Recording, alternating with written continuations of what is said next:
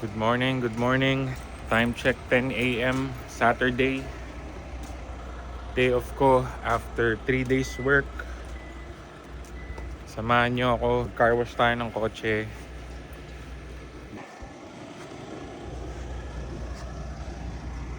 Yan. Naiputan ng ibon. Tagal ko nang di naka-car wash to. Siguro mga kulang-kulang 2 buwan na. Maganda kasi yung kulay niya. Hindi masyadong halata yung dumi. Ito, yung Mazda. Tsaka yung Kona. So, di naman halata. So, hindi ko siya kina-car wash. Dito, ito lang yung mga dumi niya. Yan, yung mga bugs sa highway. Mga itim-itim. So, yan, tatanggalin natin yan mamaya. So, yan yung community. Peaceful, quiet. Ikutan na rin natin yung bahay, yung backyard. Weekly ko to ginagawa. May faucet. Yan yung gagamitin natin pag magka-car wash tayo later. Yung mga pipes. Baka may mga burst pipes. Baka may mga ahas. Yan yung compressor, condenser ng aircon. Check natin, baka may damage. Gumagana naman siya sa loob. Pero physically, check natin. Yan, kung may mga uod sa garbage bin. Wala naman. Bin. Kung may mga beehive. Sakit sa mata ng araw, guys. Ito yung mga pipes. Meron pala kaming mowing service. Nagbabayad kami $140 a month. So, twice na na-experience namin na na-damage nila yung pipes dahil dun sa grass trimmer. So, yun. Yan. 2. Okay naman, tatawag mo lang tas gagawin nila. Walang bayad. Okay naman so far yung fence, yung windows, mga faucet, walang leaks. So, yun yung backyard namin.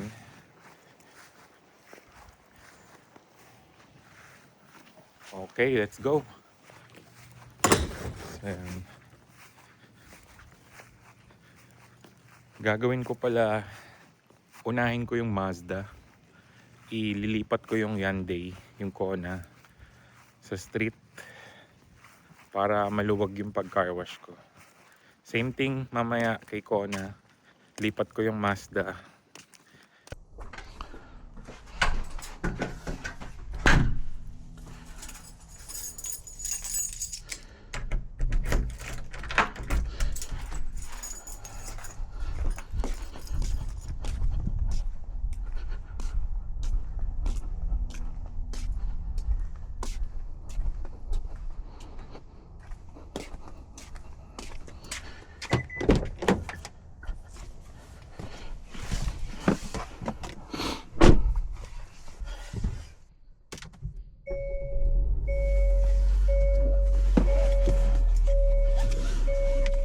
So ayan, ilipat na natin yung Kona sa kalsada. Ka-car wash na natin si Mazda. Ay, wala na palang gas. Pa-empty na siya. So, pagas muna natin habang maaga. Pagas natin siya full tank bago i-car wash. Let's go. POV driving tayo. POV driving sa community. Ganda ng araw. Maaliwalas.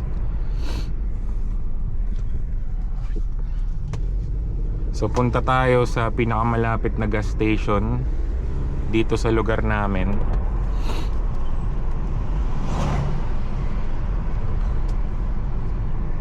Ang ganda.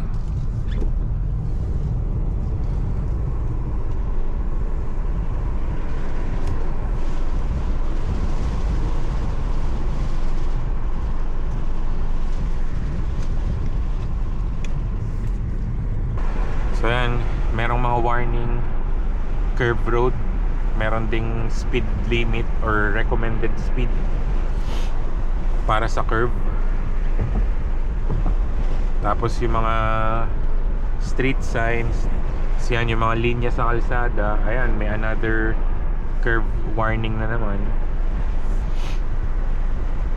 Tapos yan yung mga linya sa roads, laging na maintain.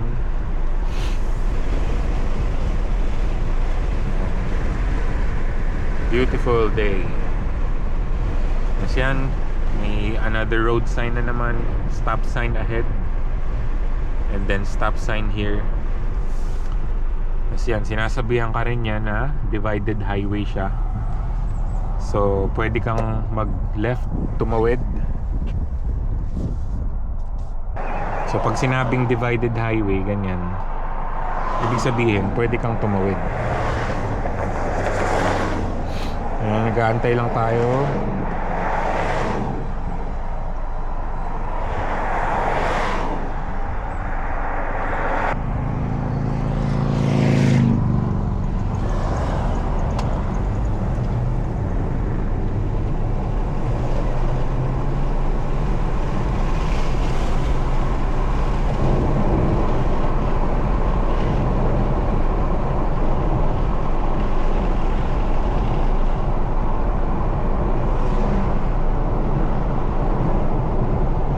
Dito talaga guys sa Amerika, mabibilis ang mga sasakyan. Lalo na yung ginawa natin kanina, nag-merge tayo sa isang main road from a complete stop. So dapat mabilis ka rin. Ihahataw mo talaga kasi maaabutan ka talaga ng incoming traffic sa bilis. Then 62 miles per hour tayo ngayon.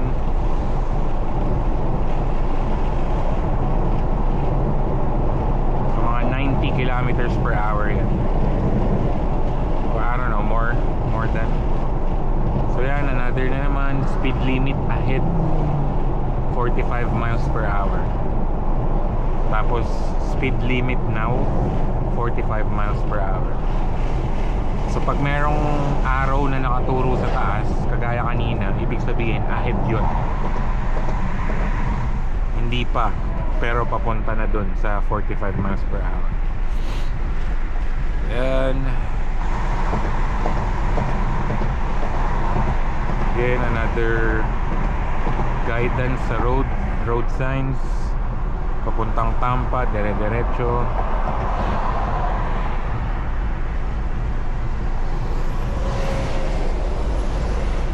Traffic signs, traffic lights.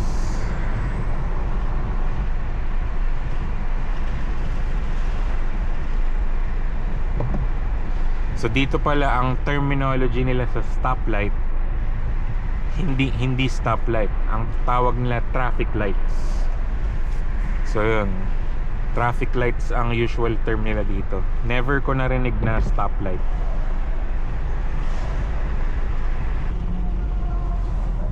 So ganun lang, meron na siyang Walmart, yung biggest grocery dito sa United States. May Walmart, may Publix, meron ng mga restaurants, mga stores. Ayan, Taco Bell, Arby's. We have the meats.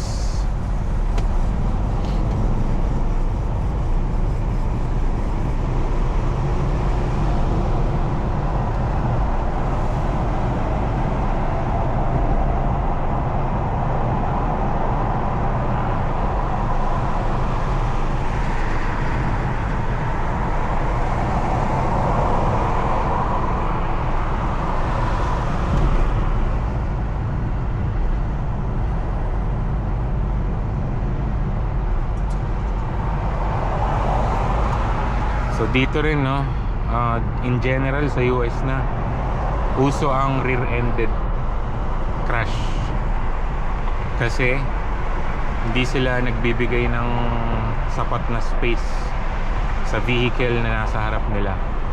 Yan lang yung napapansin ko. Tapos ang bibilis. So syempre pag nag-sudden stop or nag-slow down yung isa, malaki yung chance na mabangga.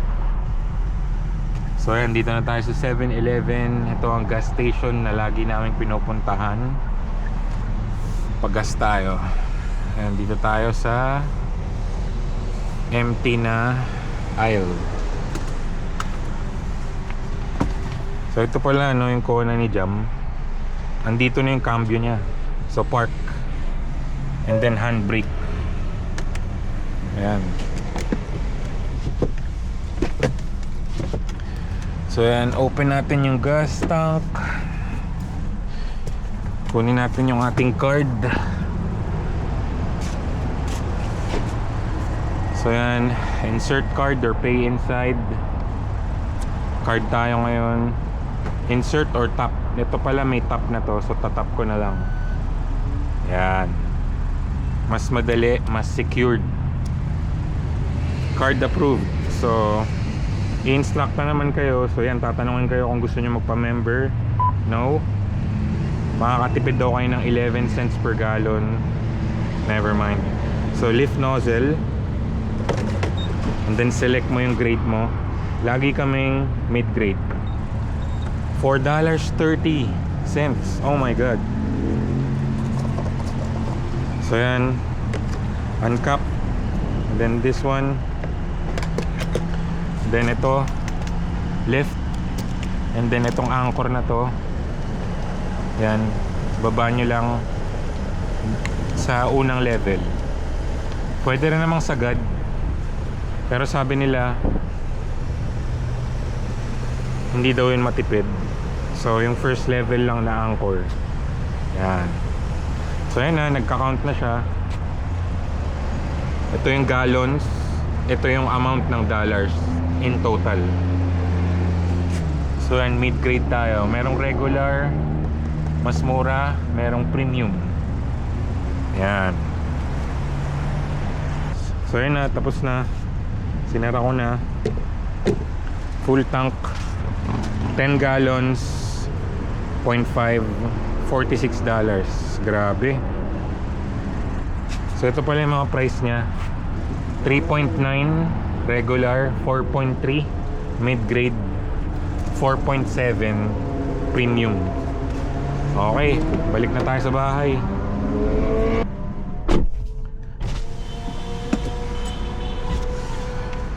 It's a beautiful Saturday morning.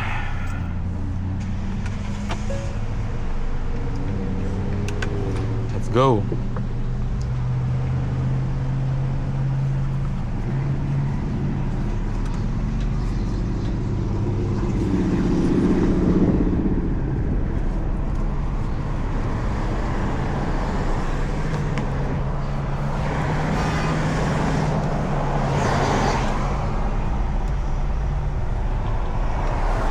Yan, dami ng sasakyan. Hindi ganyan pag weekdays. Marami kasing mga magbabakasyon ngayon kasi weekend. So everybody's out.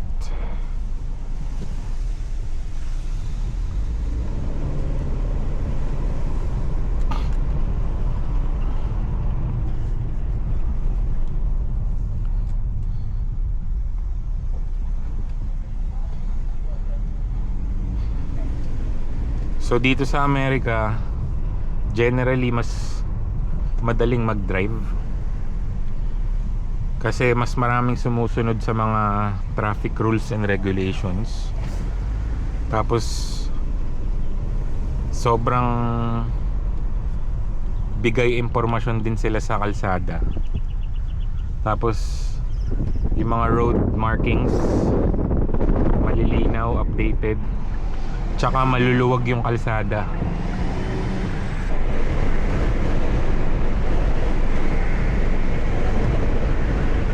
Yan. Speed limit din dito, strict. Nahuli na ako once.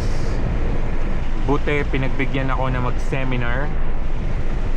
Magbabayad ka lang ng fee, tapos i-accomplish mo yung seminar. Hindi nila ipapaalam sa insurance mo na nahuli ka. Hindi tataas yung insurance mo next renewal. So yun, so parang pinagbigyan ka, hindi magre-reflect sa record mo, hindi nila ipapakalat sa mga insurance companies. So yan, kaya nagtanda na ako. Mahal din ang binayaran ko, mga $300 din yun, para lang sa seminar, online seminar. So stricto dito ang speed limit pag na-chamba. So ingat-ingat.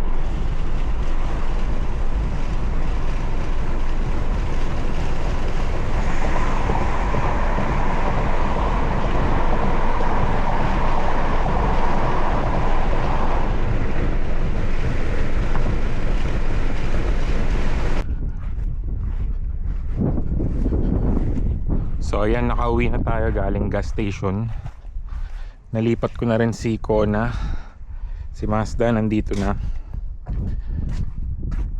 Kunin natin yung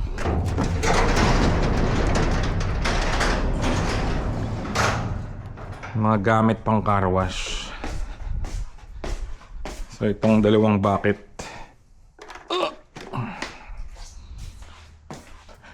yan na rin yung hose. Yan. Let's go. Taas na ng araw. Matutuyo na agad yung mga sabon. Ito nga pala yung ginagamit ko. Yan. Foaming sprayer. Sa Walmart ko lang nabili. Pero panigurado mas may magaganda pa sa Amazon. Graphene tire dressing para sa tire block. Adams, Amazon din yan.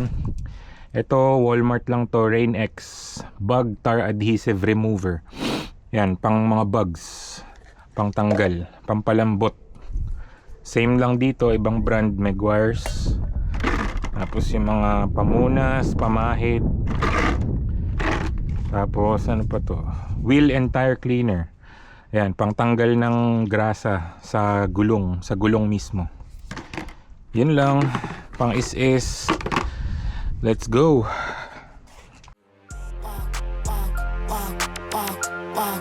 Shake that money maker.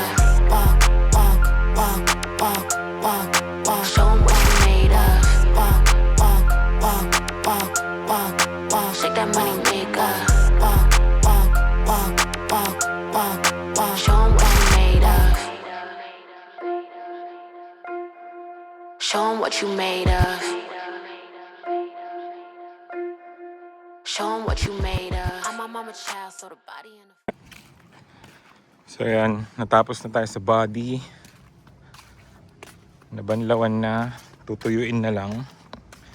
Next is yung gulong tsaka mugs. Hindi ko pa nalinis yan. So gagamitin ko pala dyan, ito,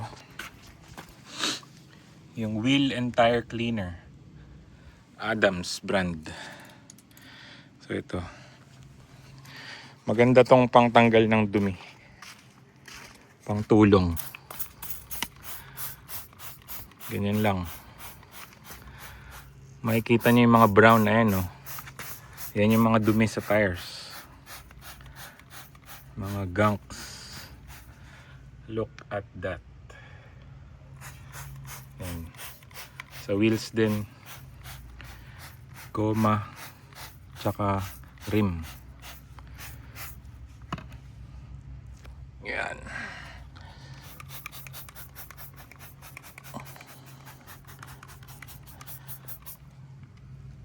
So lahat ng gulong gagawa natin yan. Yan. Look at that, guys. Yun yung mga dumi sa gulong. Okay. After nyan, iis-isin natin yan gamit yung brush. Itong brush na to. Okay. Yan. Iis-isin natin tong gulong.